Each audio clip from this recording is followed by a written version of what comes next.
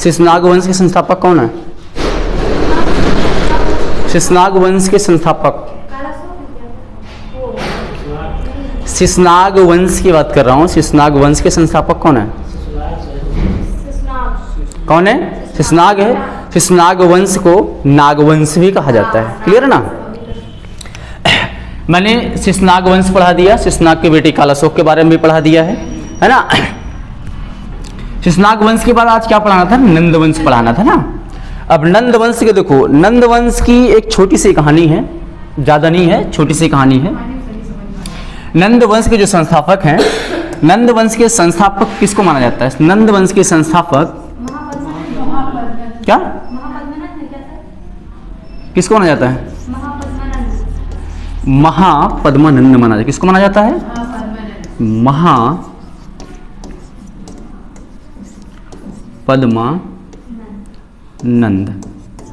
यही है ना? महापद्मानंद को माना जाता है। इसका जो संस्थापक है नंदवंश के, महापद्मानंद को माना जाता है। ये धा है, ठीक है? समझ जाओगे ना? नंद वंश के संस्थापक जो पद्मानंद को माना जाता है। लेकिन एक चीज ये बताओ, महापद्मानंद जो हैं, महापद्मानंद कौन थे? वेरी इंपॉर्टेंट ये है। तो महापद्मानंद को कुछ इतिहासकारों को कहना है कि ये शिशुनाग वंश का अंतिम शासक कौन है? नंदीवर्धन है। नंदीवर्धन के पुत्र महानंदिन है। नंदीवर्धन के पुत्र महानंदिन हैं। ये कहा, कुछ इतिहासकारों का कहना है कि महानंदिन के ये पुत्र थे। कौन? महापद्मानंद। और कुछ इतिहासकारों का कहना है कि लिच्छवी के राजा चेटक के वैश्या से जन्मे हुए ये पुत्र थे महापद्मानंद। क्योंकि 2-3 मत मिलता है, एग्जैक्ट डेटा तो मिलता नहीं है। कहा जाता है जो महापद्मानंद हैं ये शिशुनाग वंश के अंतिम संस्थापक नंदीवर्धन हैं। नंदीवर्धन के पुत्र महानंदिन के पुत्र महापद्मानंद को माना जाता है। और कुछ इतिहासकारों का कहना है कि लिच्छवी के राजा चेटक के वैश्या से जन्मे हुए ये पुत्र थे। कौन थे? महापद्मानंद। बातें इतनी समझ में आई? आकाश समझ में आ रही है? क्लियर है ना? इनके लिए कोई एग्जैक्ट डेटा नहीं मिलता कि इनके पेरेंट्स कौन थे। कई वैसे भी हम जब बीसी पढ़ते हैं ना, ये महाजनपद हो गया, इन सब में क्या होता है, एग्जैक्ट डेटा नहीं मिलता है। बहुत सारे इतिहासकार होते हैं, कुछ इतिहासकार कुछ और बताते हैं, कुछ इतिहासकार कुछ और बताते हैं। लेकिन जो बुक में लिखा होता है, जो एनसीईआरटी में बताती है हमें, हम वही पढ़ते हैं, वही बताते हैं, वही हमारा आयोग भी मानता है। क्लियर है ना? तो नंदवंश के संस्थापक कौन है?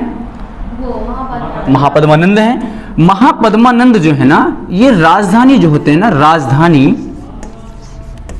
राजधानी इनकी वही रहती है। कौन? जो इसके पहले थी, इसके पहले राजधानी क्या थी? पाटलिपुत्र थी, है ना? पाटलिपुत्र की पुनः राजधानी किसने बनाया था? हाँ, कालाशोक ने बनाया था। शिशुनाग ने तो वैशाली को बनाया था। कालाशोक ने क्या बनाया था? पुनः पाटलिपुत्र को राजधानी बना लिया था। नंदवन की स्थापना होती है, नंदवन की स्थापना के समय भी राजधानी क्या रहती है? पाटलिपुत्र रहती है। इतनी बातें क्लियर है? लेकिन कहा जाता है जो महापद्मानंद हैं, इनके समकालीन, किसके मतलब महापद्मानंद के समकालीन, मतलब ये जो महापद्मानंद का जो शासन चल रहा था, मतलब जो वंश था नंदवंश था, जब इनका शासन चल रहा था तो इनके समकालीन था। क्या? समकालीन पाणिनि था। कौन? पाणिनि महावैज्ञानिक हैं, पाणिनि। बात समझे? इनकी एक बुक है, इनका क्या नाम है? पाणिनि की एक बुक है, किताब, क्या नाम उसका? नाम पता है? अष्टाध्यायी। नाम सुना है? पढ़ाया भी हूं, है ना? इनकी जो बुक है अष्टाध्यायी है। कहा जाता है जो पाणिनि है महापद्मानंद के मित्र थे। क्या कहा जाता है? मित्र थे, बहुत बड़े ज्ञानी थे। और मतलब कि ये प्रथम वैयाकरण भी थे, मतलब पहले व्याकरण के जानकार भी यही है ना? पाणिनि है। महापद्मानंद के समय ये इनके समकालीन था। क्लियर बात समझ में आई? कि जो देखो पूछा जाता है, क्वेश्चन ऐसे पूछ सकता है कि जो पाणिनि थे किसके समकालीन, मतलब कि जो महापद्मानंद हैं, पद्मानंद के समय ये कौन थे? ठीक है, ये इनका मित्र भी बताया जाता है और इनका अध्यक्ष भी बताया जाता है। किसको? पाणिनि को, मतलब ज्ञान देने वाला। बातें समझ में आया? ताकि इसमें कई डेटा मिलता है, इसके समय बता रहा हूं आपको। इतनी बातें समझ में आई? देखो, जब महापद्मानंद होते हैं, महापद्मानंद के कहीं कहीं मुझे डेटा मिला है, मतलब जो एनसीईआरटी में वो बता रहा हूं। एनसीईआरटी में इनके 9 पुत्र थे। कितने थे? महापद्मानंद के 9 पुत्र थे। 9 पुत्र में से 9वां जो आखिरी पुत्र था जिसका नाम था धनानंद, क्या नाम था? धनानंद नाम था। कहीं कहीं घनानंद भी मिलता है, ठीक है, कहीं कहीं घनानंद मिलता है, कहीं कहीं धनानंद मिलता है। इनके महापद्मानंद के 9 पुत्रों में से सबसे छोटा था, इसका नाम था धनानंद। धनानंद बहुत होशियार राजा था, क्या? बहुत होशियार बेटा था और समझदार भी था और योग्य भी था। तो पता है जो महापद्मानंद होते, महापद्मानंद की हत्या धनानंद कर देते हैं। कौन? महापद्मानंद की हत्या धनानंद करते हैं, क्योंकि इतने जितने भी राज इनके बेटे होते हैं ना, उनकी किसी के अंदर योग्यता नहीं होती है कि राज चला ले, लेकिन धनानंद इतना होशियार था, इतना चतुर था, इतना सामर्थ्य उसके अंदर था, इसके अंदर योग्यता थी कि वो शासन को चला सकता था। और क्योंकि अंदर छल भी था, छली भी था और सबसे क्रूर शासक भी था ये। कौन? धनानंद। धनानंद की हत्या किसने किया था? धनानंद ने पद्मानंद की हत्या कर दी। धनानंद की भी हत्या कोई करता है? हत्या नहीं करता वो, मतलब सीधा युद्ध में इसको राम नाम सत्य कर देता है। चंद्रगुप्त मौर्य, चंद्रगुप्त मौर्य धनानंद की हत्या करते हैं। मतलब हत्या क्या करते हैं? जो युद्ध होता है, युद्ध में वो धनानंद पराजित होता है तो चंद्रगुप्त मौर्य धनानंद को मार देते हैं। इतनी बात समझ में आई? देखो, महापद्मानंद के पुत्र धनानंद, कहीं घनानंद मिलता है, कहीं धनानंद मिलता है। इतनी बातें समझ में आई? जब घनानंद मिलता है तो धनानंद इनको महापद्मानंद को मार देते हैं, वो राजगद्दी पे बैठ जाते हैं, राजगद्दी बैठते हैं। क्लियर है? जब राजगद्दी पे ये बैठ जाते हैं धनानंद, तो ये बहुत क्रूरता करता था, बहुत ज्यादा क्रूरता करता था। इतना क्रूर था ये, इसके लिए कुछ भी नहीं था। इसके और सीधी सी बात है, कहा इसके अंदर एक घमंड आ जाता है। किस बात का घमंड? इसके राज का, इसके जो इसके यहाँ जो मतलब कहते हैं इनका जो मतलब राज्य था, इसके पास धन का घमंड था। किसका? धन का घमंड था। और सीधी सी बात है, जिसको बाप का धन मिल जाए फ्री में तो घमंड सीधी सी बात करेगा। तो धनानंद को भाई महापद्मानंद जो थे बहुत शासक, बहुत मतलब बहुत योग्य शासक थे। इनको महापद्मानंद को परशुराम का दूसरा अवतार माना जाता है। बात समझ रहे हो ना? महापद्मानंद को इनका दूसरा अवतार भी माना जाता है। बात समझ में आया? इनको एकराट भी कहा जाता है, उग्रसेन भी कहा जाता है। किसको? महापद्मानंद को। अब महापद्मानंद जो है मगध का बहुत बड़ा विस्तार कर दिया था, उसके अंदर अपार धन था, अपार धन बहुत। और जब महापद्मानंद की हत्या करके धनानंद जब राजगद्दी बैठते हैं तो इनको समझ लो बाप का पूरा धन मिल जाता है। और जिसको फ्री में मिल जाए उसकी कदर करता है? कोई नहीं करता। लेकिन इसको घमंड किस पे था? धन पे था। धन की वजह से इसके यहाँ भाई कर भी बहुत आता था। तब तक जब हमारा नंदवंश स्टार्ट हुआ था, नंदवंश होते होते मगध बहुत बड़ा साम्राज्य बन गया था। बात की समझ में आई? जब ये महापद्मानंद होते हैं, महापद्मानंद की हत्या क्या धनानंद कर देते हैं, धनानंद राजगद्दी बैठते हैं। जब धनानंद राजगद्दी बैठते तो इसी के समय सिकंदर का आक्रमण हो जाता है। किसका? विदेशी सिकंदर का नाम तो पता है, पता है ना? नाम सुना है? विश्व विजेता सिकंदर, अलेक्जेंडर द ग्रेट, नाम सुना है ना? सिकंदर का उपनाम है अलेक्जेंडर द ग्रेट। अलेक्जेंडर क्या सिकंदर का इस पे आक्रमण हो जाता है। सॉरी, आक्रमण क्या मतलब भारत पे आक्रमण हो जाता है। मतलब ये कहां से? सिकंदर कौन था? सिकंदर मैसेडोनिया का एक शासक था। कौन सा शासक था? सिकंदर के पिता का नाम होता है फिलिप। क्या नाम होता है? सिकंदर के पिता का नाम होता है फिलिप। और जो इनकी माँ होती है, इनकी माँ का नाम होता है ओलंपिया। माँ का क्या नाम होता है? ओलंपिया। सिकंदर के पिता का नाम है फिलिप और इनकी माँ का नाम है ओलंपिया। और जो इनके गुरु होते हैं, गुरु का नाम होता है अरस्तु। क्या नाम होता है? गुरु। सिकंदर के गुरु का नाम होता है अरस्तु। अब इसमें देखो थोड़ा सा मैप में हम समझाने की कोशिश करेंगे। देखो मैप में देखो समझाते हैं हम आपको, तो थोड़ा ज्यादा समझ में आएगा। इधर ही समझाओ क्या? इसको मिटा दो चलिए क्या? अच्छा नीचे ले लेते हैं ना। सर इनका वो जो प्रिय घोड़ा भी था उसका नाम था बाऊ केफला। हाँ, प्रिय घोड़ा था, बहुत विश्वसनीय घोड़ा था वो। विश्वसनीय मतलब कि बहुत प्यारा, मतलब जो बोलो वो करता था। वो थकने के बाद भी सिकंदर का साथ देता था। कितना भी थक जाए सिकंदर का फिर भी साथ देता था वो। बातें समझ में आया? हाँ। देखो आपको यह मैप दिख रहा है,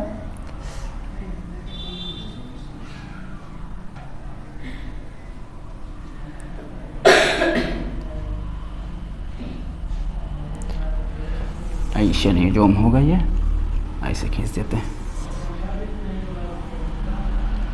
दिख रहा है नहीं दिख रहा है? हाँ, दिख रहा है। दिख रहा है ना?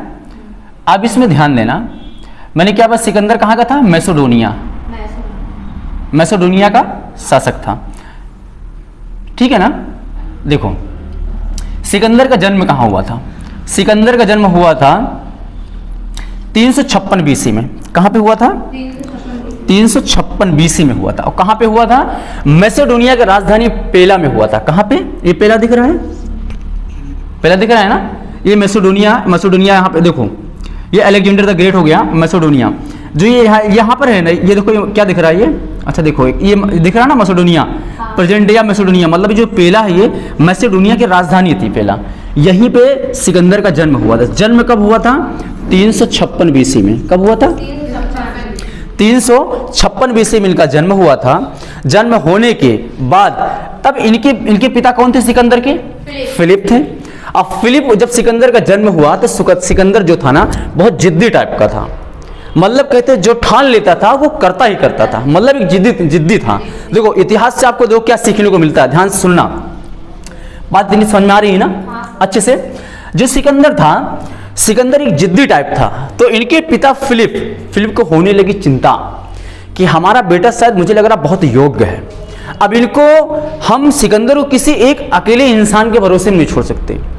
तो जो फिलिप थे, फिलिप ने अरस्तु को बोला कि आप जो, अरस्तु जो थे बहुत ज्ञानी भी थे और पराक्रमी भी थे, तो अरस्तु को बोला फिलिप ने कि हमारे बेटे को आप राजनीति की शिक्षा, रणनीति की शिक्षा, युद्ध की शिक्षा, ठीक है, जितनी शिक्षा आपको देना है आप दीजिए। लेकिन वो जानते हो फिर भी इनके पिता फिलिप ये भी डरते थे किसी एक के भरोसे छोड़ना नहीं है। फिर भी फिलिप टाइम पे सिकंदर को देखभाल हमेशा करते थे, क्या सीखा क्या नहीं सीखा। तो अरस्तु इनको बना देते, अरस्तु इनके क्या बन जाते हैं? गुरु। अरस्तु सिखाते हैं सिकंदर को। ये जब 13 वर्ष का था, 13 वर्ष के समय से लेकर के 20 साल तक में, कब तक? 20 साल तक में, 13 से 7 वर्ष के बीच में अरस्तु इनको इतना ज्ञान दे देते हैं, इतना युद्ध कला में मतलब इतना महारथी हासिल कर देते हैं कि मतलब बहुत सारा ज्ञान दे देते हैं। कौन दे देते हैं? अरस्तु ज्ञान दे देते हैं इनको। तब ये 7 साल के अंदर ही इतना योग्य बन जाता है, इतना समझदार बन जाता है कि ये युद्ध ही महाकला बहुत पराक्रमी हो गया, बहुत पराक्रमी हो गया। अब जब ये 20 साल का हुआ, जब भी देखो इतने टाइम अरस्तु ने इनको ज्ञान दे दी, मतलब इनको शिक्षा दे दी। शिक्षा देने के बाद जब 20 साल का हुआ, 20 साल की होने के बाद ये 336 बीसी में, 336 बीसी में कब हुआ? 336 बीसी में इनके पिता फिलिप की हत्या कर दी जाती है। क्या हो जाती है? पिता की हत्या। क्या हो जाता है? पिता की हत्या। फिलिप मतलब जो हमारा इनके सिकंदर के पिता हैं, फिलिप है, क्लियर है ना? देखो सर, हाँ, वो जो फिलिप की हत्या है 329 है या फिर 36? 336 है, 336 बीसी। उसमें क्या दिखा रहा है? 29 दिखा रहा है। 336 बीसी में होता है, ठीक है ना? तो ध्यान देना, जब ये 13 वर्ष का था उनको अरस्तु ज्ञान दिया। 7 साल के अंदर, ये जब तक इसकी उम्र 20 साल हुई तब तक ये 7 सालों में बहुत महारथी हो गया, युद्ध कला में, रणनीति में, हर चीज में। जब ये 20 साल का हुआ तो 1336 बीसी में सिकंदर के पिता फिलिप की हत्या कर दी जाती है। हत्या कर दी जाती है। अब फिलिप कौन थे? मैसेडोनिया के शासक थे भाई, राजा थे मैसेडोनिया के राजा थे। अब जब सिकंदर 20 साल का है, अब फिलिप की हत्या हो गई 336 बीसी में। 36 बीसी में हत्या हो गई। अब जो साम्राज्य पूरा संभाले कौन? अभी उसकी उम्र 20 साल ही है सिकंदर की। लेकिन जब 20 साल थी, लेकिन 20 साल में इतना महारथी हासिल हो गया, मतलब इतना कामयाब हो गया था, तो वो पिता की राजगद्दी को संभाल लेता है। क्या कर लेता है? पिता की राजगद्दी को संभाल लेता है। कौन संभाल लेता है? वो क्या बोलते हैं? सिकंदर संभाल लेता है। ये 336 में इनके पिता की हत्या होती है। 336 में ही ये राजगद्दी पर बैठ जाता है। किसे बैठ जाता है? राजगद्दी पर ही बैठ जाता है। बात समझ में आया? जो सिकंदर होता है पिता की हत्या के बाद ये 336 बीसी में राजगद्दी बैठ जाता है। इसकी उम्र कितनी है? 20 साल, 20 वर्ष है, ठीक है? क्या है? 20 वर्ष। अब 20 वर्ष में राजगद्दी बैठ जाता है। लेकिन राजगद्दी से पहले ये इनकी मतलब कि कहना सिकंदर की सिकंदर की राजगद्दी बैठने के बीच में जो भी रुकावट आई है सबको इसने मार दिया था सिकंदर ने। मतलब कहीं इसको राजा बनना है सिकंदर को। अब देखो पिता की हत्या हो गई है, हत्या हो गई, सिकंदर को राजा बनना है। अब सिकंदर उनके चचेरे भाई भी होंगे और भी होंगे कोई, तो सिकंदर ने इसके शासन काल मतलब राजगद्दी बैठने से पहले उसको जिस पे डाउट हुआ सबकी हत्या कर दिया था। सबकी हत्या करके राजगद्दी पे बैठ गया। कौन बैठ गया? सिकंदर। अब देखो 336 BC में ये सिकंदर कहाँ बैठ गया? राजगद्दी बैठ गया। इतनी बातें समझ में आई? अब राजगद्दी बैठ गया तो अब अरस्तु ने इसको एक भविष्यवाणी हुई थी कि सिकंदर विश्व विजेता भी बनेगा। क्या बनेगा? सिकंदर विश्व विजेता बनेगा। सिकंदर के दिमाग में भूत सवार हो गया और उसके बाद सिकंदर जिद्दी भी था। और अरस्तु ने भी कहा था जितना ज्ञान मैंने आपको दे दिया है आप पूरी दुनिया को जीत सकते हो। कौन बोला था? अरस्तु ने बोला था। अब सिकंदर तो जिद्दी था ही, अब उसके दिमाग में और भी बातें घुस गई। जैसे आज के टाइम में एस्ट्रोलॉजर जो होते हैं ऑनलाइन वाले बताते हैं ना तुम्हारा शादी विवाह कहाँ होगा, तुम्हारी नौकरी कब लगेगी, करते नहीं। वो देखो एक तरीका है क्या आपको मोटिवेट करने का, लेकिन सही दिशा तो आपको चलना पड़ता है ना। मेहनत तो आपको करना पड़ेगा ना, पढ़ाई लिखाई तो आपको करना पड़ेगा ना। पढ़ोगे नहीं लिखोगे नहीं तो कैसे एग्जाम पास होगा? नहीं होगा। भविष्यवाणी कोई काम नहीं आने वाली। भविष्यवाणी जो करते हैं बताते हैं आपको, एक मोटिवेट करते हैं कि आप पढ़ो, आपके माइंड में सेट हो जाएगा मुझे भविष्यवाणी हुई मुझे मिल गई। आप पढ़ाई ना करो, एग्जाम निकल के दिखाओ, जब मिल जाए तो बताना मुझे, भविष्यवाणी भी झूठी हो जाएगी। इसलिए मेहनत करना पड़ता है। अब देखो इतनी बात समझ में आ गई। पहला में कहा हुआ था? जन्म सिकंदर का हुआ, ये राजगद्दी बैठ गया। राजगद्दी बैठने के बाद तब इसके अंदर जुनून सवार था कि मुझे ज्ञान मिला है, मुझे भविष्यवाणी भी हुई है और मैं वाकई में सिकंदर योग्य भी था। सिकंदर योग्य भी था। तब इन्होंने क्या करता है पता है? ये देखो 20 साल की उम्र में राजगद्दी बैठ गया है। अब ये क्या करता है? 334 BC में। कब? 334 BC में। ध्यान देना 334 BC में। 334 BC में सिकंदर जो है ये ग्रीन कस की लड़ाई लड़ता है। कहां की? ग्रीन कस। दिख रहा है ना? लिख रहा हो तो ग्रीन कस। देखो जो ग्रीन कस है ना, ये ग्रीन कस की नदी के पास था। ग्रीन कस नदी यहां पे देखो होगी, आपको दिखाता हूं मैं। अच्छा इसमें नदी नहीं दिख रही है, ये समझ लो कि यहाँ के आसपास में बीच में था। टर्की है ना, टर्की में इसका युद्ध हुआ था। ग्रीनिकस का युद्ध कहलाता है। और ग्रीनिकस के युद्ध में किससे किसके बीच हुआ था? फारस के जो साम्राज्य है ना, साम्राज्य और सिकंदर के बीच हुआ था। फारस देखो, फारस जो था ना हमारा, फारस यहां से लेके यहां तक पूरा फारस था। ये यहां तक, ये हमारा अफगानिस्तान ना, ईरान तक, ये पूरा यहां पे फारस का साम्राज्य था। किसका था? फारस का साम्राज्य था। लेकिन यहां पे क्या होता है? ये सिकंदर का फारस के साम्राज्य और सिकंदर का युद्ध हो जाता है। कब होता है लड़ाई? 334 BC में। और जो 334 BC में इसका प्रथम युद्ध होता है। प्रथम युद्ध हो उसका क्या नाम होता है? ग्रीनिकस का युद्ध कहलाता है। क्या कहलाता है? ग्रीनिकस का युद्ध हो जाता है। तो ये फारस के साम्राज्य के इनका देखो नीचे नाम था, डेरियस नाम था। डेरियस और सिकंदर के बीच युद्ध होता है। युद्ध होने के बाद डेरियस हार जाता है, सिकंदर जीत जाता है। तो इसका साम्राज्य यहां से लेकर यहां तक फैल जाता है। बातें क्लियर हुई? अब उसके बाद जब अब यहीं तक देखो सीमित नहीं है सिकंदर, अब यहां आगे फिर बढ़ता है। यह प्रथम युद्ध हो गया किसका? सिकंदर का, 334 BC में। क्लियर हुआ? अब उसके बाद ये फिर दूसरा युद्ध लड़ता है। दूसरा युद्ध कहां लड़ता है? इसूस की लड़ाई होती है। दूसरा युद्ध क्या कहलाता है? ये बहुत फेमस भी है, इसूस। यहां पे देखो, ये देखो खाली अभी समझो, बाद में लिखा दूंगा, ठीक है बोल के। देखो ये इसूस दिख रहा है, इसूस, ये युद्ध होता है। कब होता है ये? 333 में। देखो 334 में ये वाला मतलब वो ग्रीनिकस की लड़ाई हुई। अब 333 BC में यहाँ इसूस की लड़ाई हो जाती है। यहाँ पे क्या होता है? 333 BC में। 333 BC में ये इसूस की लड़ाई की क्या कहलाती है? इसूस का युद्ध हो जाता है। किसका? सिकंदर से। सिकंदर हो जाता है जो सिकंदर के कहाँ पे होता है? 333 BC में यूसुस में होता है। ये इसूस की लड़ाई भी कहलाती है। समझाया? ये किससे किसके बीच होता है? ये दक्षिण तुर्की फारस के राजा, फारस के दक्षिण तुर्की है, तुर्की यहाँ पे देखो टर्की है ना, ये टर्की है, टर्की ये दक्षिण होगा ना, उत्तरी होगा, दक्षिणी हो गया। दक्षिण की तुर्की के फारस के राजा थे, फारस के राजा के बीच और सिकंदर के बीच होता है। कहाँ पे होता है? ये इसूस में होता है। इसूस की लड़ाई कब होती है? 333 BC में। 34 के बीसी में ग्रीनिकस की लड़ाई हो गई, एक साल के बाद 333 में इसूस की लड़ाई हो गई। क्लियर हुआ? इसमें भी सिकंदर हमारा विजयी होता है। क्या होता है? सिकंदर विजयी होता है। अब उसके बाद जब ये विजयी होता है, फिर उसके बाद एक युद्ध और होता है जिसका नाम होता है तायर का लड़ाई, तायर का युद्ध। क्या आता है? तायर का युद्ध होता है। तायर का युद्ध कब होता है? 332 बीसी। अब देखो ये युद्ध पे युद्ध कर चल जा रहा है, 34 में, 33 में, अब की 32 में होता है। कब होता है? 32 में। ये 332 बीसी में, बीसी चल रहा भाई ना, एडी नहीं चल रहा है, अभी तो बीसी है। बात समझ रहे हो नहीं? मैंने बताया था ना बीसी मतलब क्या होता है, गिनती का उल्टा गिनना। क्लियर है ना?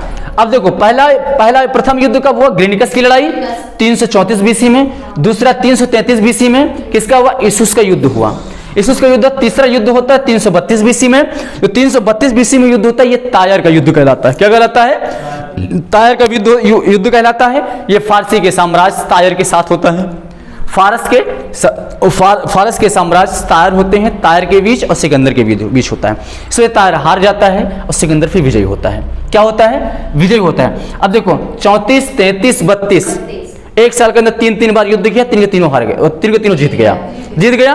अब सीधी सी बात है, अब देखो लगातार अभी एक भी युद्ध हारा नहीं है सिकंदर ना। अब जो लगातार कंटिन्यू जीतता चल जा रहा है उसका जुनून तो अपार रहेगा ही, 7वें आसमान पर रहेगा, हौसला भी बढ़ता चल गया।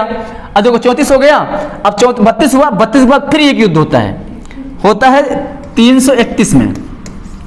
देखो लगातार चल रहा, खाली एक साल का भी चल रही है। बात समझ रहे हो ना?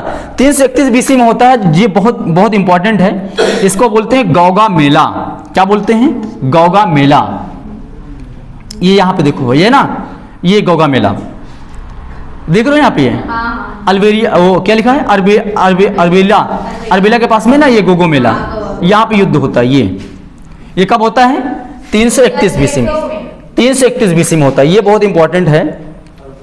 गौगा मेला का युद्ध होता है।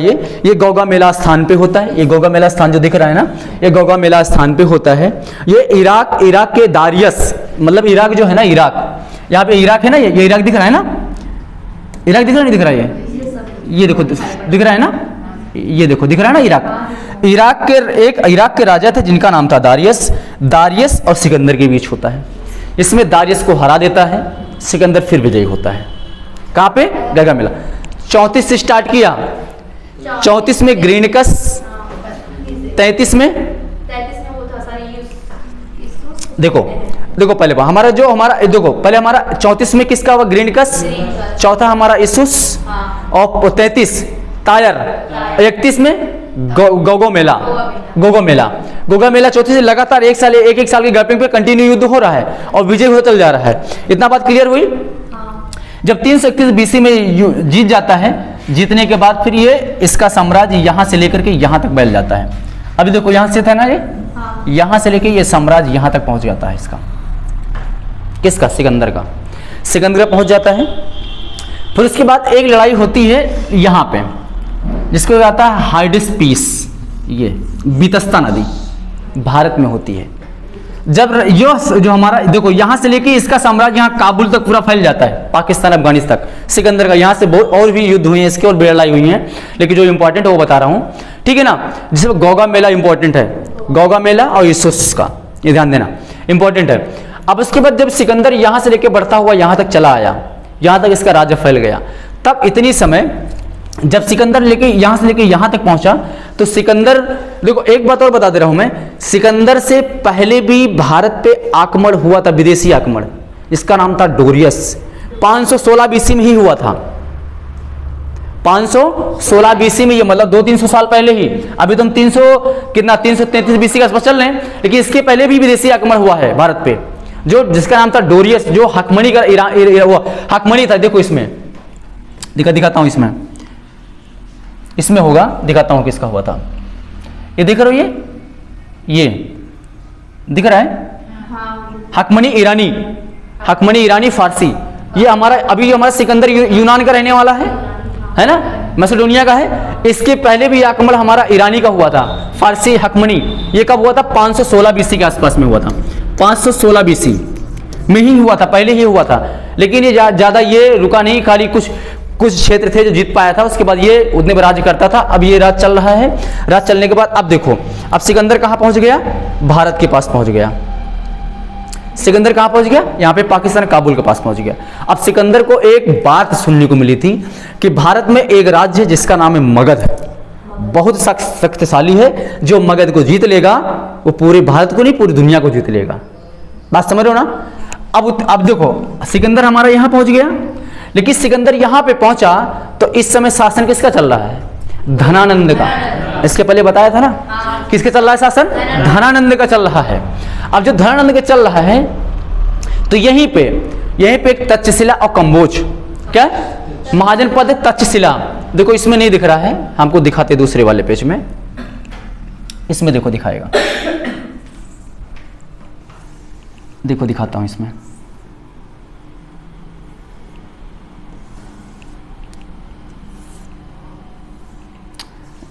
देखो इसमें दिख रहा है, नहीं दिख रहा है, दिख रहा है, इसमें नहीं दिख रहा है ना। अच्छा ठीक है, नहीं दिख रहा है, मैं बता देता हूं।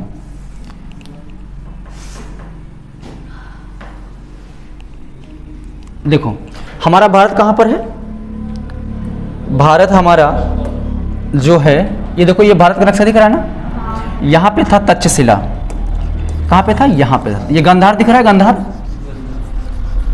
गांधार दिख रहा है, गांधार, ये गांधार के पास में था तक्षशिला, क्या नाम था, तक्षशिला। तक्षशिला, तक्षशिला एक यूनिवर्सिटी थी। अब सिकंदर यहाँ तक पहुँचा, देखो यहाँ से लेके सिकंदर यहाँ तक पहुँच चुका है, बातें क्लियर है। कंबोज देखो ना, कंबोज, गांधार, गांधार देखो यहाँ पे तक्षशिला था, तक्षशिला एक महाजनपद भी था। तक्षशिला में तक्षशिला यूनिवर्सिटी होती है, यहाँ पे एक टीचर होते हैं जिनका नाम होता है चाणक्य। क्या नाम होता है, आचार्य चाणक्य। अब देखो आचार्य चाणक्य हैं, यहाँ पे ये टीचर रहते हैं। जब सिकंदर यहाँ पहुँचा तो जो हमारे चाणक्य थे इनको ये खबर लग गई कि सिकंदर भारत पर भी आक्रमण करने वाला है। क्या करने वाला है, यहाँ से देखो, यहाँ से पूरा मतलब वो जीतता हुआ चला आ रहा है, अभी एक भी युद्ध हारा नहीं है, बस। और जो कोई भी अगर इतना युद्ध जीत जाएगा उसका तो आसमान, जो दिमाग होगा 7वें आसमान पे होएगा। सीधी सी बात है कि नहीं, आकाश समझ में आ रहा है, समझ में आ रहा है ना। अब देखो जब सिकंदर यहाँ पहुंचने के बाद तक्षशिला यूनिवर्सिटी होती है, यूनिवर्सिटी के जो टीचर होते हैं, मतलब जो शिक्षक होते हैं, वो होते हैं आचार्य चाणक्य। आचार्य चाणक्य नाम तो पता है ना, सुने भी हो, आचार्य चाणक्य होते हैं। अब उतनी टाइम अगर सिकंदर को रोकने वाला पूरे भारत में अगर कोई भी शासक था तो धनानंद ही था। धनानंद की इतनी विशाल सेना थी, इतना हाथी उसके पास था कि सिकंदर वाकई में जीतना पाता मगध धनानंद से। कहाँ नहीं, क्या होता सुनो तो बता रहा हूँ स्टोरी, इतनी बात तो समझ नहीं समझ। अब देखो आगे सुनो। तक्षशिला में जो आचार्य चाणक्य होते हैं, ये फटक से भागकर, अब चाणक्य को टेंशन हो गई, मतलब एक शंका हो गई, अगर ये भारत पर आक्रमण कर देगा तो 100%, क्योंकि यहाँ के जो राजा थे, जो राजा हुआ करते थे, किसी में एकता नहीं रहती थी। वो अपना राज्य चला रहे हैं, वो अपना राज चला रहे हैं, बाढ़ में जाए कोई, हमारा राज चल रहा अच्छा खासा, बात दुनिया बाढ़ में जाए, कोई मतलब नहीं। कभी कभी है ना, अपना काम बंदा बाढ़ में से, हमसे कोई मतलब ही नहीं है। क्लियर है। तो चाणक्य यहाँ से भाग करके यहाँ पे मगध आते हैं। कहाँ पे, बिहार के पास, आज के टाइम में जो बिहार है मगध था, मगध का साम्राज्य यहाँ तक पूरा फैला हुआ था। बात क्लियर है। तब ये शासन पे था। तो तब देखो ये ब्राह्मण भी था, कौन, आचार्य चाणक्य ब्राह्मण है, क्षत्रिय है, क्षत्रिय। ये तक्षशिला से भाग करके आते हैं मगध। मगध में धनानंद का राज चल रहा था। धनानंद के जो समाज मतलब वहां पे राज्य में पहुंचते हैं। पहुंचने के बाद धनानंद इतना जानता था कि अपने पास जो है सो है, कोई भविष्यवाणी नहीं होती, कोई कुछ भी नहीं होता, कुछ भी नहीं। उसके यहाँ कोई भी आता था, जैसे कोई मतलब क्षत्रिय आ गया, कोई ब्राह्मण आ गया, कोई दानी आ गया, तो बोलता था एक काम करो भाई, अपना ज्ञान सुनाओ, ज्ञान सुनाने के बाद जो हमसे जो लेना है वो लो, भिक्षा में, और निकलो यहाँ से। किसी की बात को वो मानता नहीं था, अपना ही राज चलता था, अपने किसी की बात सुनता नहीं था धनानंद। इतनी बातें समझ में आई। तो आचार्य चाणक्य पहुंचते हैं मगध में, तब धनानंद का राज चल रहा होता है। चलने के बाद आचार्य चाणक्य ये अपना प्रस्ताव रखते हैं, किसके सामने, धनानंद के सामने, कि सिकंदर भारत पर भी आक्रमण करने वाला है। वो तक्षशिला तक सिकंदर आ चुका है और सिकंदर का अगला प्लान है को मगध पे मतलब भारत पे आक्रमण करेगा। आपके पास मैं इसलिए आया हूं, आप ही भारत में एक ऐसे योग्य शासक है जो धनानंद को हरा सकते हैं, सिकंदर को। धनानंद योग्य था, उसकी इतनी बड़ी सेना थी कि वाकई में सिकंदर भले इतना जीत के आया था। अगर धनानंद अगर चाहता तो अगर इसको हरा नहीं सकता था, तो वो जो अगर जीत नहीं सकता तो हार भी नहीं सकता था, भले कि इतनी बड़ी सेना सिकंदर की थी। बहुत बड़ा साम्राज्य था मगध का। धनानंद था, धन के पास धन बहुत ज्यादा था, लेकिन वो धन के घमंड में चूर था। नाम भी उसी हिसाब से रखा गया। धनानंद, नाम क्या है? धनानंद।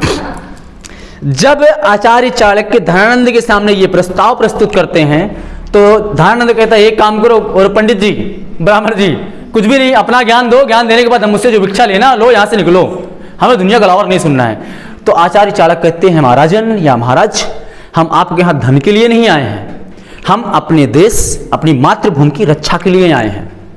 बात समझ में आई? किसके लिए आए हैं? अपनी मातृभूमि की रक्षा के लिए आए हैं। और आप ही एक ऐसे योग्य शासक हैं जो सिकंदर को रोक सकते हो, और कोई योग्य शासक नहीं है पूरे भारत में। धनानंद को समझ में नहीं आया, धनानंद गुस्सा हो गया, गुस्सा गद्दी पर से उठा। उठने के बाद उनको चाणक्य का चोटी पकड़ा, चोटी पकड़ के चोटी खींचते हुए लेके गया। तुमको कुछ नहीं चाहिए ना, चलो निकलो यहाँ से। चोटी पकड़ा, चोटी पकड़ के आचार्य चाणक्य का, आचार्य चाणक्य को उसे बाहर कर दिया। अब धनानंद आचार्य चाणक्य को लग गई बात ये दिल पे। अब कोई भी पंडित हो, ब्राह्मण हो, चोटी पकड़ के देखो आज के टाइम में पकड़ ट्राई करोगे, ट्राई करके देखो, इतना गुस्सा होगा पूछो नहीं। अब आचार्य चाणक्य भी अब वो गुस्सा हो गए, अब बात ले ली दिल पे। तो वही से उसी लगातार आचार्य चाणक्य वही फिर जाकर के बोलते हैं, किससे? धनानंद से बोलते हैं। फिर अभी निकाल के बाहर खींचा, चोटी पकड़ खींचते हुए लेके गया धनानंद। हमें फालतू का मत सुनाओ, हम जितने में है मस्त हैं, हम देख लेंगे जो भी आएगा सिकंदर। बात क्लियर हुई? सुनो ध्यान से।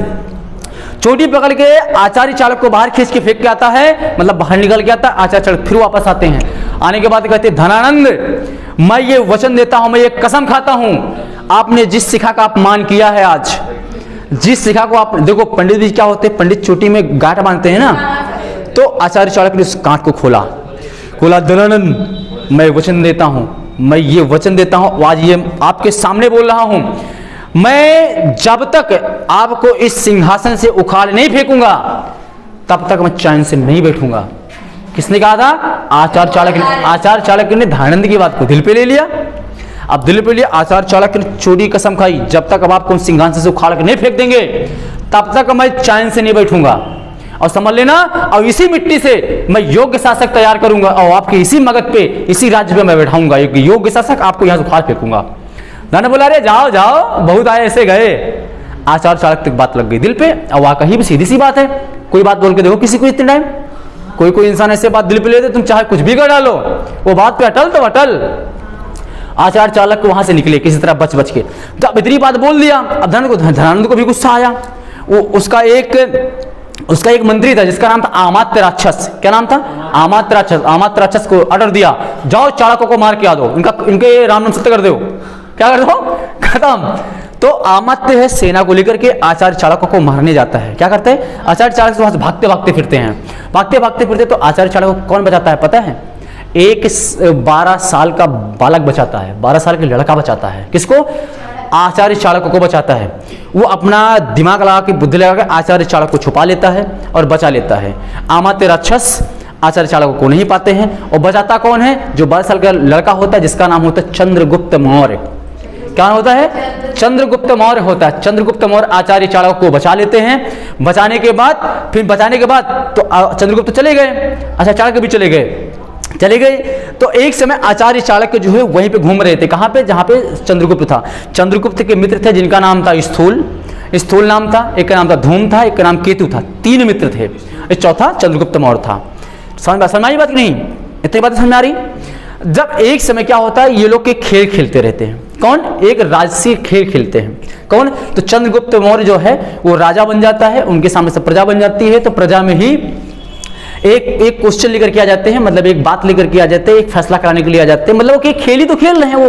और आचार्य चाणक्य दूर से देख करके वो समझ रहा है, अब ये लोग राजसी खेल खेल रहे हैं, खाली एक खेल है, कोई रियल नहीं है। एक जंगल में, एक बाग में खेल रहे। तो आचार्य चाणक्य जा रहे, तो आचार्य चाणक्य की नजर पड़ गई, ये वही बालक है जिसने मुझे बचाया था, ये राजसी खेल खेल रहे हैं। तो जो इनकी जो प्रजा होती है, मतलब खेल में, तो चंद्रगुप्त मौर्य से कहते हैं कि राजन, ये इनको मैंने कुआं बेचा है। देखो प्रस्ताव क्या था, इनको मैंने कुआं बेचा है और ये कुआं मुझे पानी भरने नहीं देते हैं। तो दूसरा पक्ष वाला बोलता है महाराज इन्होंने मुझे कुआं बेचा है। तो नहीं, बस भाई ये तो एक काम करो, ये हमें कुआं से, इन्होंने कुआं बेच दिया है, कुआं खरीद लिए हैं, लेकिन ये मुझे पानी भरने नहीं देते हैं। क्यों? ये बोलते कुआं हमारा है, मैं भरने नहीं दूंगा। तो चंद्रगुप्त मौर्य से फैसला सुनाते हैं, बोलते हैं कि एक काम करो, कुआं आपने बेच दिया है, कुआं पे हक उनका हो गया है, बातें क्लियर है, कुआं का हक उनका हो गया है। अब देखो, या तो तुम खरीदो तो तुम अपना जल निकाल लो, कुआं तो उनका है, तो तुम आप जो है अपना जल निकाल लो बाहर कुएं से, या तो फिर जल रखने का तुम उनको कर दो, मतलब जल रखने का ये तो कर दो भाई कुआं तो उनका है ना, अब उनकी मर्जी, तुमको भरने दे या ना भरने दे। तो चंद्रगुप्त बोलते हैं कि वो उनका फैसला आता है, कहते हैं उन्होंने आपने कुआं बेच दिया है, कुआं पानी भरने नहीं दे रहे हैं, या तो आप कुएं से जल को निकाल लीजिए या तो फिर जल रखने का आप उनको कर दीजिए। बात समझ आया? अब जब ये आचार्य चाणक्य ये बात सुन लेते हैं, जब सुन लेते तो ये आचार्य चाणक्य को बोल दे कि अब यही है मगध का साम्राज्य, मगध का राजा यही बनेगा। तो सीधी बात आ जाए, चाणक्य सब उनको चंद्रगुप्त मौर्य के पास आते हैं आचार्य चाणक्य, इनको फिर लेके जाते हैं। तभी जानते हो ये इनको आज जो चंद्रगुप्त मौर्य थे, चंद्रगुप्त के पिता का नाम था चंद्रवर्धन। क्या नाम था? चंद्रगुप्त पिता का नाम था चंद्रवर्धन, इनकी माता का नाम था मोरा। इनके गुरु कौन बन जाते हैं? आचार्य चाणक्य बन जाते हैं। और मित्र कौन है? स्थूल, धूम और केतु हैं। इतनी बातें क्लियर है। और इनकी पत्नी का नाम होता है धुरधरा। चंद्रगुप्त मौर्य की पत्नी का क्या नाम होता है? धुरधरा। और धुरधरा कौन है पता है? धनानंद की बहन है। हाँ, धुरधरा धनानंद की बहन है, ये ध्यान देना। धनानंद और जो धनानंद है ना, दुनिया में किसी से भी ज्यादा प्रेम किया था तो धुरधरा से ही किया था, अपनी बहन से ही किया था। ये तो फिर इसको एक लड़की से प्रेम होता धनानंद को। इतनी बातें समझ में आई? तब वही होता है। अब देखो यहां तक बातें समझ में आ गई। आचार्य चाणक्य चंद्रगुप्त मौर्य को खरीद ले, ये इनको कुछ पैसे देकर, देखो चंद्रगुप्त मौर्य को भी देखो, इसके पहले जो चंद्रगुप्त थे ना, चंद्रगुप्त के पिता कौन? चंद्रवर्धन, इनकी माता मोरा। इनका राज सिंहासन कौन सा था? इनके राज सिंहासन राजवंश का नाम था पीपलीवान। क्या नाम था? पीपलीवान। चंद्रगुप्त मौर्य के पिता कौन है? चंद्रवर्धन, माता मोरा है। जो ये दोनों राज्य करते रहते हैं, तो राज्य क्या नाम है? पीपलीवान। अब पीपलीवान है ना, वो पीपलीवान पे ही छल से धनानंद ने उनको पराजित कर दिया था। किसको कर दिया था? चंद्रवर्धन को पराजित किया था, छल से किया था। पीपलीवान भी बहुत योग्य राजा था, पीपलीवान बहुत योग्य साम्राज्य था। तो धनानंद क्या है? छल से चंद्रवर्धन को मार देता है। उनकी चंद्रवर्धन की पत्नी मतलब मोरा, मतलब चंद्रगुप्त की माता को वो बंदी बना लेता है। बात समझ आया? बंदी बना लेता है। बंदी बनाने के बाद फिर दो कितनी बातें समझ आई। अब उसके बाद चंद्रगुप्त मौर्य जो है, चंद्रगुप्त मौर्य को बचाने के लिए इनकी माता मोरा अपने मामा को दे देते, मतलब अपने भाई को दे देते हैं। उनका भाई किसी दूसरे को बेच देता है। किसको? चंद्रगुप्त मौर्य को। तो चंद्रगुप्त मौर्य को लेने के लिए, मतलब जिसके यहाँ इनके मतलब ये काम रहते थे, जिसके मतलब जिसके पास रहते थे चंद्रगुप्त मौर्य, क्योंकि वो खरीदे हुए हैं, इनसे काम कराते थे चंद्रगुप्त मौर्य से। तो आचार्य चाणक्य कुछ पैसे दे करके कुछ कर दे, चंद्रगुप्त मौर्य को खुद को खरीद लेते हैं। कौन खरीद लेते हैं? खरीद लेने के बाद तब चंद्रगुप्त मौर्य को आचार्य चाणक्य अच्छा सा ज्ञान देने लगते हैं, शिक्षा देने लगते हैं। और वाकई में चंद्रगुप्त इतना होशियार था, बहुत सोच समझ के। अरे बता रहा हूँ, आंख के नीचे से आपके सामने धोखा देता था, आंख के नीचे से सीधा। धनानंद को इतनी बार धोखा दिया है ना, धनानंद को योग्य शासक होने के बाद भी, 9 भाइयों के बीच में भी, इतना बड़ा साम्राज्य होने के बाद भी, धनानंद के सिंहासन का इनका बड़ा जो सिंहासन था बड़ा वाला, उस सिंहासन में बड़ा सा शेर बना हुआ था। शेर में 2 आंखें थी, दोनों आंखें एक हीरे के लगी थी, हीरे। उनके सिंहासन चंद्रगुप्त मौर्य ने हीरे को चुराया था, सिंहासन के इनकी आंख में धूल डाल के। बहुत सामने से सीधा धनानंद को कितनी बार मात दिया है। इतनी बात समझ में आ गई? इतनी बात समझ आई? चंद्रगुप्त मौर्य को आचार्य चाणक्य शिक्षा देने लगते हैं। अब यहाँ पे देखो, हाँ, चंद्रगुप्त मौर्य ही धनानंद की हत्या करके नंद वंश को हटा करके मौर्य वंश की स्थापना कर देते हैं। इतनी बातें क्लियर है? अब देखो सिकंदर के बात सुनो। सिकंदर यहाँ पर आता है। सिकंदर यहाँ पे आने के बाद देखो चाणक्य यहाँ से तो वापस चला जाता है, उनको चंद्रगुप्त मौर्य को लेकर के चल जाता है। वो आता है तक्षशिला। देखो कई इतिहासकारों को कहना है, इसमें कई मत हैं, हम आपको बता दे रहे हैं कहते हैं कि जो चंद्रगुप्त मौर्य है यहाँ पे सिकंदर की सेना में एक सैनिक बना करके छोड़ देते हैं। कौन? आचार्य चाणक्य। मतलब इसमें मान लो 1000 सैनिक है, 1000 सैनिक में से एक को मार दिया, उसकी वर्दी ले लिए, चंद्रगुप्त को मतलब पहना दिया, भर्ती हो गए सेना में। अब पहचान थोड़ी 1000 सेना में कौन सैनिक कौन नहीं। अब कहते हैं जो चंद्रगुप्त मौर्य को इसमें भर्ती करा दिया, भर्ती कराने के बाद आचार्य चाणक्य और चंद्रगुप्त मौर्य मिल करके इन्होंने क्या है, खाने में जहर मिलाना स्टार्ट कर दिए थे। किसको? अब सिकंदर को रोकना है कैसे भी करके। एक मत ये भी है इतिहासकारों का कहना कि चंद्रगुप्त मौर्य और आचार्य चाणक्य मिल करके सिकंदर की सेना में खाने में जहर मिलाते थे। जहर मिलाने के बाद और एक अफवाह फैला दिए थे कि जो आगे नदी है वितस्ता नदी, चिनाब नदी, सिंधु नदी, इसके आगे मत जाना, वो भारत है, भारत में देवियों का प्रकोप है, कोई विदेशी जा नहीं सकता, जाएगा तो वहां की देवियां उनको खा जाएंगी, जान ले लेंगी। ये चंद्रगुप्त अफवाह फैलाने में कामयाब हो गए। तो कामयाब कैसे हो गए? ये सब कुछ भी नहीं था, लेकिन एक अफवाह फैला दिया। सिकंदर बोलता नहीं ऐसा कुछ फालतू है, और उसको यकीन ही नहीं था। लेकिन जब खाने में जहर मिलाने लगे चंद्रगुप्त मौर्य सेना में घुस करके, तो सेना उसकी मरने लगी। भाई बहुत से ऐसे जहर होते हैं, आज खाओ 3 दिन बाद मरो, आज खाओ 24 घंटे के बाद मरो, आज करो 1 हफ्ते बाद मरो, बहुत सारे जहर होते थे। मरने लगी सेना, मरने लगी।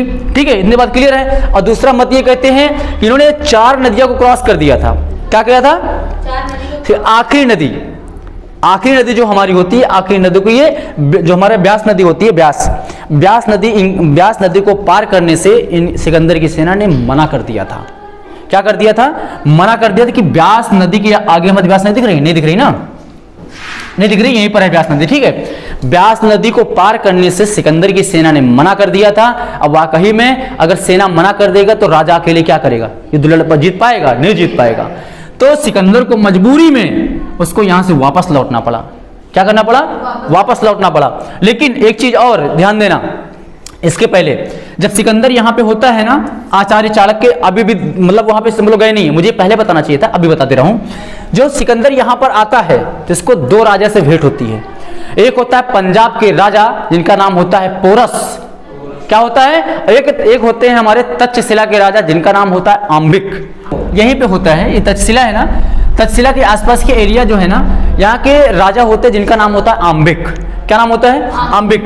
जो सबसे पहले भारत पहुंचे तो पहले वो आम्बिक पे ही आक्रमण करते हैं। क्या? आम्बिक को एक संदेश भेजते हैं। क्या भेजते हैं? आम्बिक को सिकंदर एक संदेश भेजता है, बोलता है कि देखो, आम्बिक को भी एक संदेश भेजता है और पंजाब के राजा पोरस को भी एक संदेश भेजता है, बोलता है अपने आप को समर्पण कर दीजिए हमें।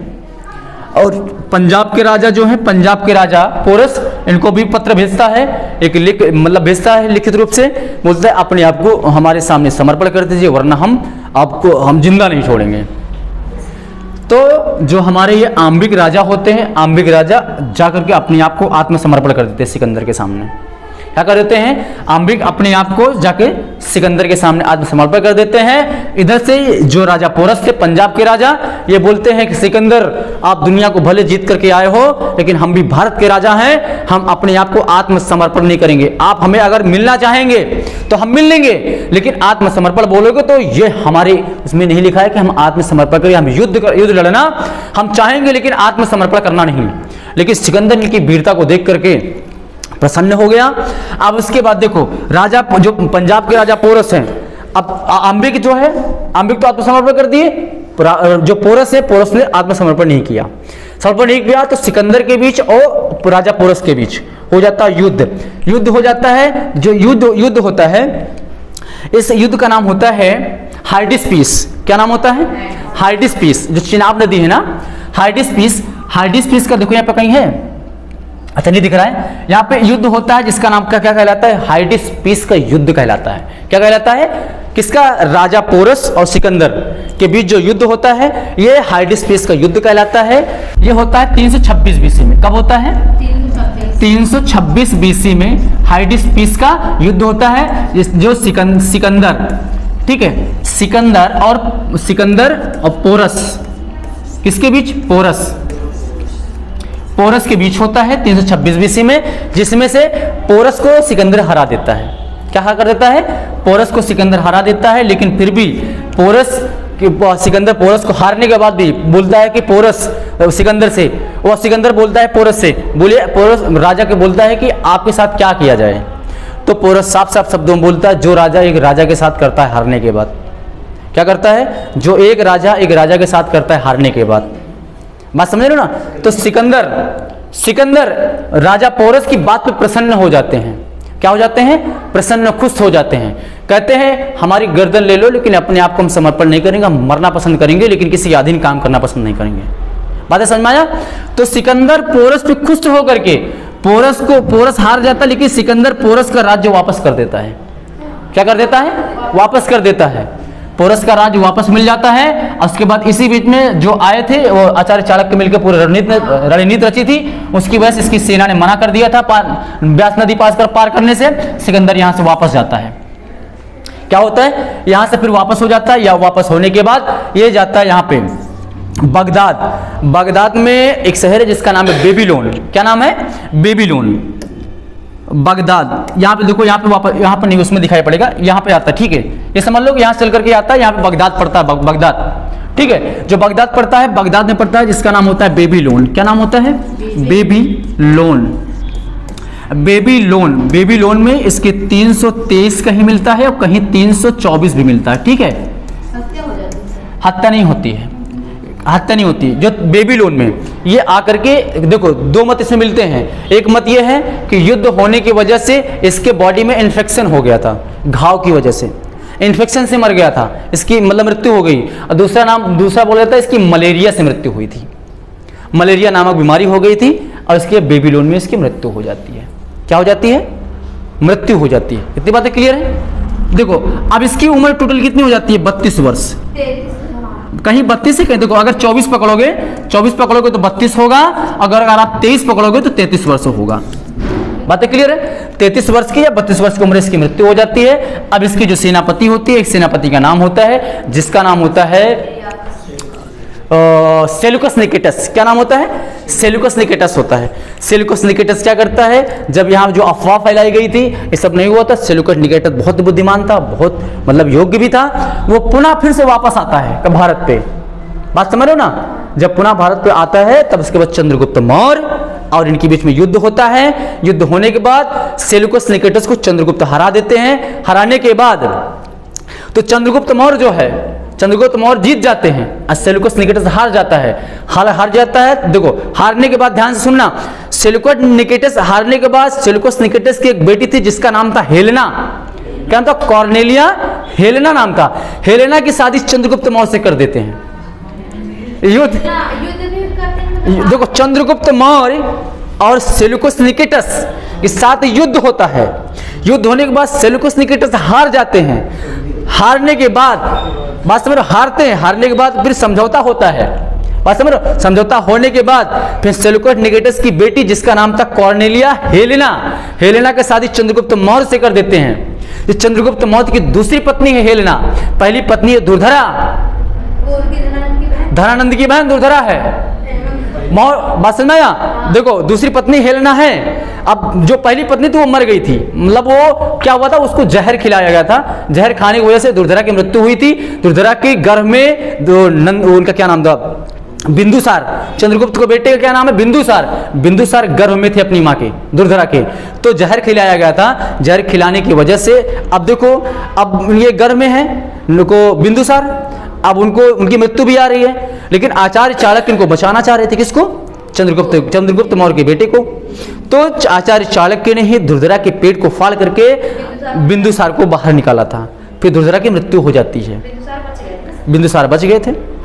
बात समझ आया? वो तो मृत्यु हो गई। दूसरी पत्नी कौन सी बनती? हेलेना बनती है। हेलेना बनने के बाद ये शादी कर देते, युद्ध भी हुआ और बेटी भी दिया।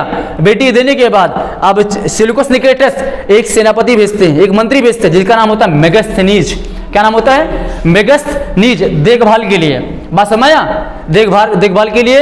तो सेल्यूकस निकेटस जो इधर जीते रहते हैं ना, कुछ क्षेत्र रहते हैं, ये गांधार वगैरह, ये 4-5 प्रांत होते, 4-5 प्रांत को चंद्रगुप्त मौर्य को दे देते हैं, और 500 हाथी के आसपास चंद्रगुप्त मौर्य सेल्यूकस निकेटस को देते हैं।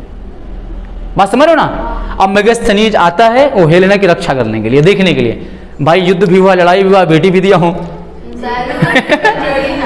अपने मंत्री मेगस्थनीज को भेजता है। मेगस्थनीज इनके चंद्रगुप्त मौर्य के राज्य में आता है, यहीं पर रहता है। ठीक है ना? इतनी बातें क्लियर नहीं क्लियर है? अगर आती इतनी बातें क्लियर है तो आगे हम बोल देता है। इतनी बात अगर समझ में आ गई होगी स्टोरी तो बोलूंगा तो बहुत आसान समझ में आएगा ना।